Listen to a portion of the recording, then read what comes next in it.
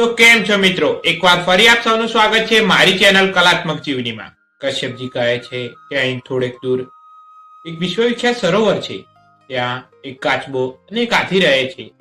તે બંને પૂર્વજન્મમાં ભાઈ હતા। તે બંને શત્રુઓની જેમ લડ્યા કરે છે। તેમના વચ્ચેનો વેર હજી સુધી સમાપ્ત થયો નથી। જો તારી ઈચ્છા હોય તો તેમના પૂર્વજન્મની કથા સાંભળ। પ્રાચીન કાળમાં વિભાષુ નામના એક મોટા ઋષિ હતા।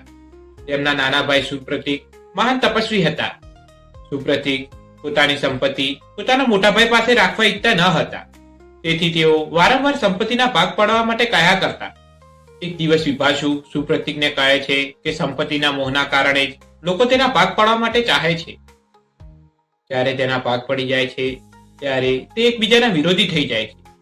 ત્યારે શત્રુઓ પણ એકબીજાના અલગ અલગ મિત્ર બની તેમની વચ્ચે વેર પેદા કરી દે છે। અલગ અલગ હોવાથી તરત જ તેમનું અધપતન થઈ જાય છે। તેથી જ સત્પુરુષો ભાઈઓને અલગ થવાની વાતને સારી નથી માનતા। જે લોકો ગુરુ અને શાસ્ત્રના ઉપદેશને ધ્યાનમાં ન રાખીને એકબીજાને શંકાની દ્રષ્ટિએ જુએ છે તેમને વશમાં રાખવા કઠણ છે। તું ભેદભાવના કારણે જ સંપત્તિની વહેંચણી કરવા ઈચ્છે છે, તેથી જા તને હાથીની યોનિ પ્રાપ્ત થશે।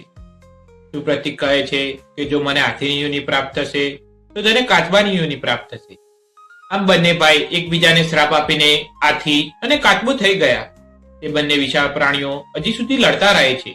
હાથી 6 યોજન ઊંચો અને 12 યોજન લાંબો છે। કાચબો 3 યોજન ઊંચો અને 10 યોજન ગોળાકાર છે। તે બંને વિશાળકાય પ્રાણીઓ હજી સુધી લડતા રહે છે। તેમના વચ્ચેનો દ્વેષ હજી સુધી સમાપ્ત થયો નથી। જો તેમનાથી વિશાળકાય પક્ષી તેમનું ભોજન કરે તો તે બંને મુક્ત થઈ જશે। તેથી જ તું તે બંનેનું ભોજન કરી અને આગળ વધજે।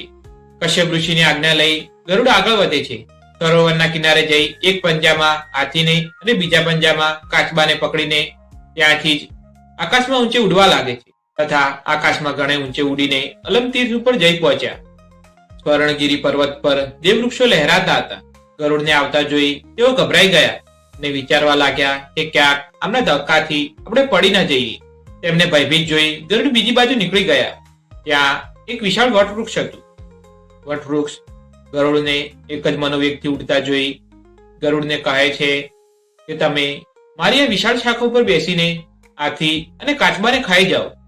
ત્યારે ગરુડ વટવૃક્ષની શાખા ઉપર બેસવા જાય છે ત્યારે જ તે શાખા તૂટીને નીચે પડવા લાગે છે। ગરુડ પોતાની ચાંચથી તે શાખાને પકડી લે છે અને અત્યંત આશ્ચર્યથી જોયું કે તેમાં નીચેની બાજુ મોં કરી અને વાલ્કીલ્ય નામના ઋષિઓ લટકી રહ્યા છે।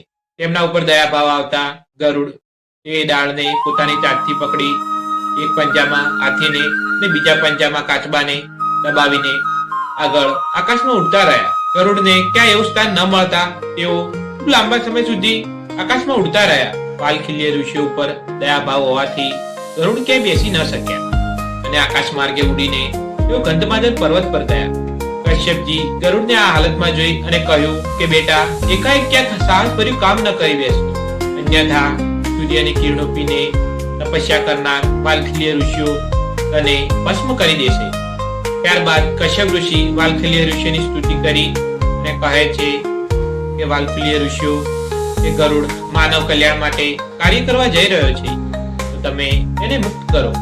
ત્યારે વાલ્કીલ્ય ઋષિ કશ્યપ ઋષિની પ્રાર્થના સાંભળી ડાળને છોડીને હિમાલયના પર્વતો ઉપર તપસ્યા કરવા ચાલ્યા જાય છે। ત્યારે ગરુડ એ જ પર્વતના શિખર ઉપર બેસીને હાથી અને કાચબાનું ભોજન કરે છે અને ત્યાંથી જ આકાશમાં ઊંચે ઉડી